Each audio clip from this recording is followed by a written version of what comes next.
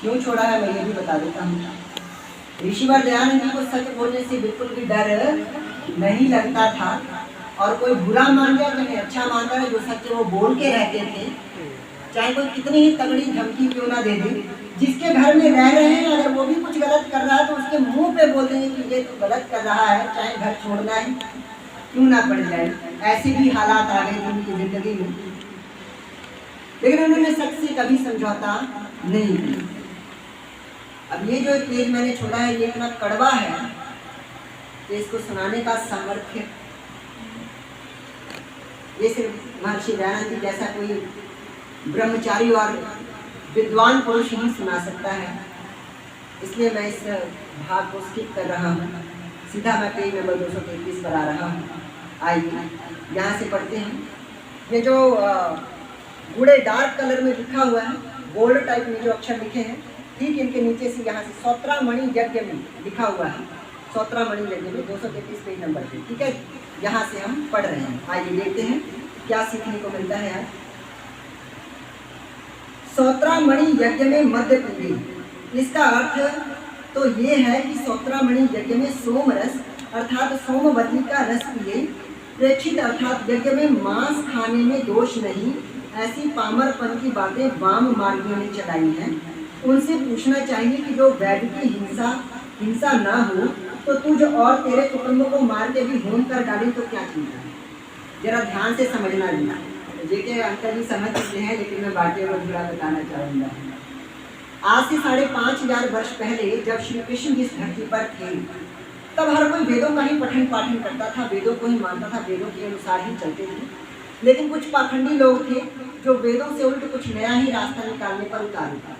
जब महाभारत का युद्ध हुआ तो बहुत से वैदिक विद्वान जो वेदों के ज्ञाता थे, संस्कृत के प्रकांड विद्वान थे, वो भारी संख्या में मारे गए। और जब उन वैदिक विद्वानों की संख्या कम हो गई तो ये जो अलग अलग वेदों के विरुद्ध जो काम करने वाले लोग थे उनकी संख्या बढ़ गई। तो उन लोगों ने अपने नए नए ग्रंथ रचने शुरू कर दिए, नए नए पूजा पाठ, अलग अलग देवी देवताओं के। कहाँ तो कल तक हम सब लोग मिलकर यज्ञ, आप रामायण पढ़ो, रामायण में हर कोई मिलकर यज्ञ करते हुए मिलेगा, रावण भी यज्ञ करते हुए मिलेगा। और कृष्ण जी के टाइम में तो पांचों पांडवों ने जब इंद्रप्रस्थ राजधानी बसाई थी तब क्या किया था, यज्ञ किया था। सोचो इतना बड़ा नगर बसाया, इतना भव्य नगर बसाया जिसको देखने दूर दूर देश के राजा लोग आए। और राजा लोग आए तो क्या किया, कोई पार्टी नहीं की कि हाँ बस आओ हम ड्रिंक कोल्ड ड्रिंक डाल लेते हैं और बस हो गया पिज्जा बर्गर में, ना, यज्ञ किया, यज्ञ करके थे। लेकिन उस महाभारत काल के बाद सारी रीत बदल गई, वेदों का पढ़ना पढ़ाना छोड़ दिया। क्योंकि आज कौन से मंदिर में वेद मंत्रों का प्रचार होता है, वेद मंत्रों के अर्थों का बताया जाता है, आज कौन से मंदिर में? क्यों धीरे धीरे परंपराएं घटा दी गई। जब वैदिक विद्वानों की संख्या घट गई तो जो पाखंडी ब्राह्मण थे उनकी संख्या बढ़ गई और उन्होंने नए नए रास्ते, नए नए पूजा पाठ, नए नए किताबें रचनी शुरू कर दी। उन्हीं में से कुछ लोग थे जिनको हम वाम मार्गी कहते हैं। उन्हीं वाम मार्गियों ने क्या कहा कि सौत्रामणि यज्ञ में मध्य पीवे, मतलब हवन करते समय आप मध्य मतलब मदिरा, यानी कि दारू पीता की शक्ल में, दारू पीते हैं, मदिरा पान करें।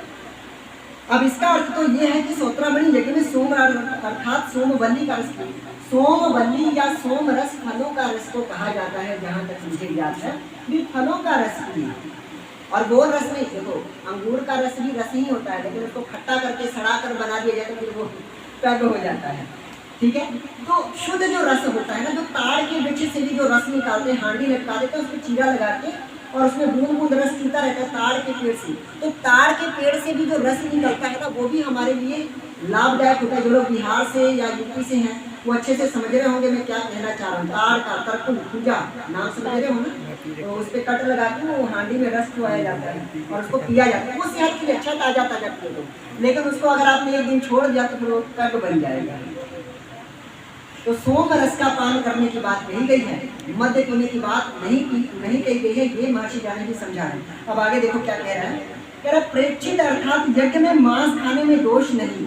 इन वाम मार्गियों ने, जिन्होंने नए नए रास्ते निकाल दिए कि इसकी भी पूजा करो, उसकी भी पूजा करो, उन वाम मार्गियों ने लोगों को समझाना शुरू किया कि यज्ञ में अगर मांस भी आहुति में डाल दिया जाए, मांस का टुकड़ा भी डाल दिया जाए, बकरी काट के डाल दी, सूर डाल दिया, अभी आगे आएगा क्या क्या काट के डाला है, तो भी इसमें कोई दोष नहीं। तो महर्षि दयानंद जी कह रहे हैं कि एक बात बताओ, तुम्हारे फैमिली मेंबरों को भी काट के हवन में करके होम डाल दें, हवन में करके आहुति चढ़ा दें, तो बढ़िया ही है ना। तुम कह रहे हो बकरे को काट के हमने यज्ञ में आहुति दे दी तो सीधा स्वर्ग में चला गया, तो तुम अपने घर वालों को भी काट के डाल दो, वो भी सीधा स्वर्ग में पहुंचेंगे, तो क्या दिक्कत है? क्या दिक्कत है? कर लो, सीधा कह रहे। तो ये कह रहे हैं कि उनसे पूछना चाहिए कि जो वैदिकी हिंसा ना हो तो तुझ और तेरे कुटुंब को, मतलब तेरे परिवार को मार के होम कर डालें, यानी कि हवन में जला डालें, तो क्या चिंता है?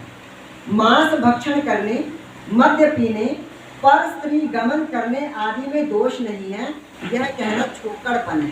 छोकड़पन मतलब ये कहना बुरी बात है। मतलब वामवादी क्या कहते थे कि अपनी पत्नी के होते हुए किसी और के साथ अगर तुम्हारा ठीक है, अफेयर है, तो ठीक है, कोई बात नहीं, कोई दोष नहीं, सब चलने दो, सब ठीक ही तो है। तो लिखा पर स्त्री गमन, इधर कोई दोष नहीं, पर स्त्री का भी गमन करो, कोई दोष नहीं। तो महर्षि दयानंद जी ने कहा कि ये सब छोकड़पन है, ये सब बेतुकी की बातें, ऐसा नहीं होना चाहिए। आगे देखो लिखा है, क्योंकि बिना प्राणियों के, क्या हुआ कृष्ण? हेलो हेलो, सल है ना, सल है ना। हाँ, आओ देखते हैं। क्योंकि बिना प्राणियों को पीड़ा दिए मांस प्राप्त नहीं होता। पहले वो आवाज वाला बंद कर। कह रहे बिना प्राणियों को पीड़ा दिए मांस प्राप्त नहीं होता, और बिना अपराध के पीड़ा देना धर्म का काम नहीं है। कह रहे किसी भी प्राणी का तुम मांस प्राप्त करोगे, मारना तो पड़ेगा, और मारोगे तो उसे दर्द तो होगा ही होगा। तो बिना दर्द दिए, बिना पीड़ा दिए किसी जीव को कहाँ से मांस प्राप्त करोगे? और पीड़ा दोगे तो फिर ये तो पाप कर्म है, ये तो अपराध है। तो बिना अपराध किए तुम मांस तो प्राप्त कर ही नहीं सकते। तो कह रहे ये धर्म का काम नहीं है। मद्यपान का तो सर्वथा निषेध ही है, मतलब मद्यपान यानी कि दारू पीना, इसका तो हमेशा मना ही किया गया है, क्योंकि अब तक वाम मार्गियों के बिना किसी ग्रंथ में नहीं लिखा, किंतु सर्वत्र निषेध है। सबसे पहले वाम मार्गियों ने लिखा अपने ग्रंथ में कि मद्य भी पी सकते हैं, पैग भी लगा सकते हैं, यानी कि दारू भी पी सकते हैं, इसमें कोई बुराई नहीं है। ये बात सबसे पहले वाम मार्गियों ने कही।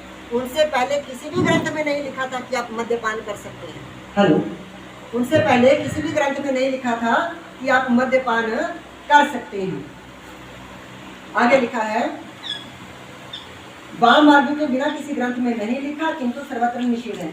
और बिना विवाह के मैथुन में भी दोष है। महर्षि दयानंद जी समझा रहे हैं, जब विवाह ही नहीं किया तो तुम कौन सा प्रसंग कर रहे हो? मैथुन में भी दोष है। इसको निर्दोष कहने वाला सदोष है। और जो कहता है कि नहीं ये तो निर्दोष की बातें हैं, अगर उसका किसी और से संबंध है अभी तो भी निर्दोष ही है, वो बेकसूरी है, वो उसका कोई दोष नहीं, कह रहे ये फिर सदोष है, मतलब वो खुद दोषी है। जो ऐसा कह रहा है वो खुद दोषी है। ऐसे ऐसे वचन भी ऋषियों के ग्रंथ में डाल के कितने ही ऋषि मुनियों के नाम से ग्रंथ बनाकर गोमेध अश्वमेध नाम यज्ञ भी कराने लगे थे। मैं आज तक सिर्फ बोलता था कि भारतीय ऋषियों के नाम पर ग्रंथ लिखकर, नाम ऋषियों का, लेकिन काम इन वाम मार्गियों का, काम इन वाम मार्गियों